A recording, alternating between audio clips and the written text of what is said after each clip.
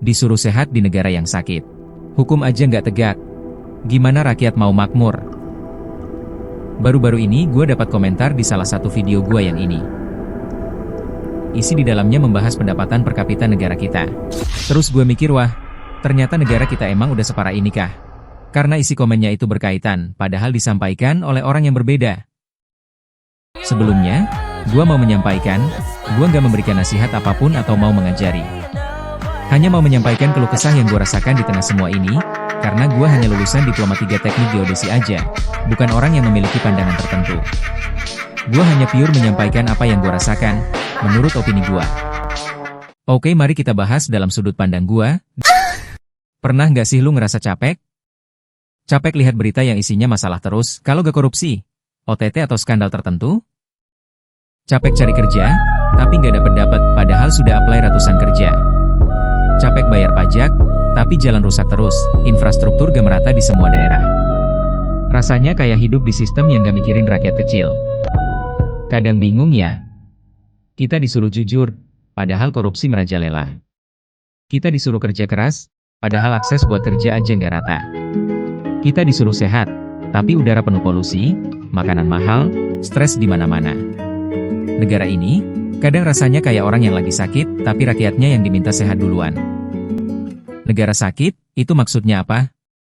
Bukan berarti negaranya harus roboh atau kacau. Tapi ketika sistemnya pincang, akses pendidikan gak merata, pelayanan publik lelet, korupsi merajalela, itu kayak tubuh yang demam. Ekonominya naik turun, hukum tumpul ke atas tajam ke bawah, harga kebutuhan pokok nggak stabil, itu semua bikin rakyat kewalahan. Dan yang paling nyesek, rakyat tetap dituntut untuk kuat dan positif, seolah-olah semuanya baik-baik aja.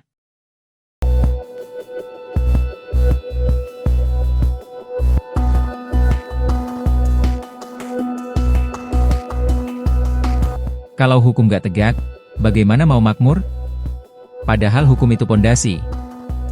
Kalau hukum gak bisa dipercaya, semua ikut goyang. Kita pasti pernah lihat berita seorang nenek dihukum penjara karena mencuri kayu. Terus maling susu buat anak dihukum penjara sekian tahun. Sedangkan yang membunuh orang bisa divonis bebas karena punya uang untuk menyuap putusan.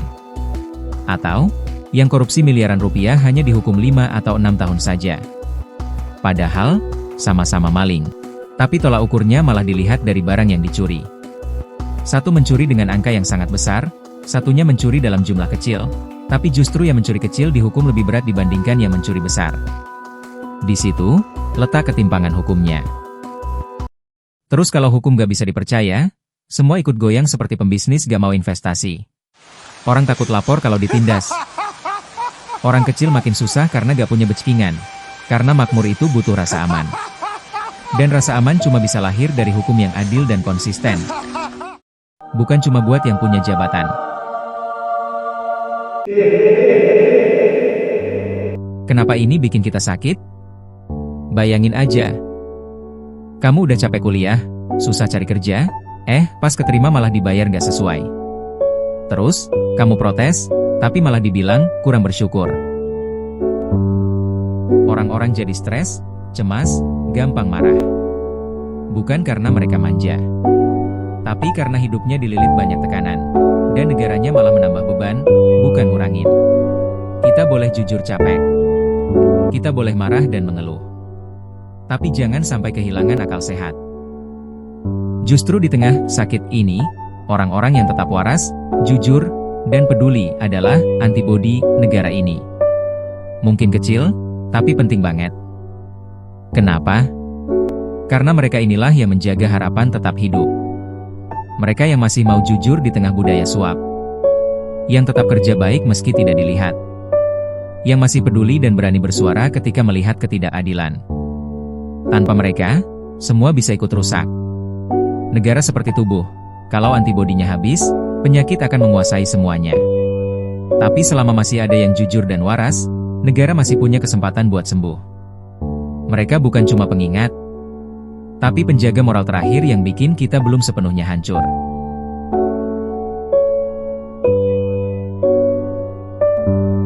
Perubahan itu nggak selalu datang dari atas. Kadang dimulai dari obrolan kayak gini. Dari kamu yang nonton, terus mikir, terus nyebar energi sadar ke orang lain.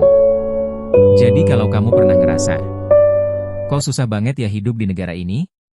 Kamu nggak sendirian. Tapi jangan berhenti jadi waras.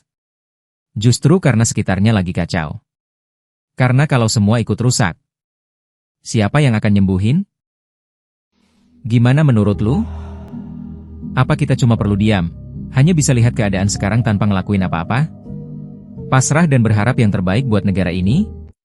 Berikan pendapat lu di kolom komentar. Ikuti terus channel ini untuk mendapatkan pembahasan selanjutnya. Dah gua sakit pinggang. Bye adios amigos.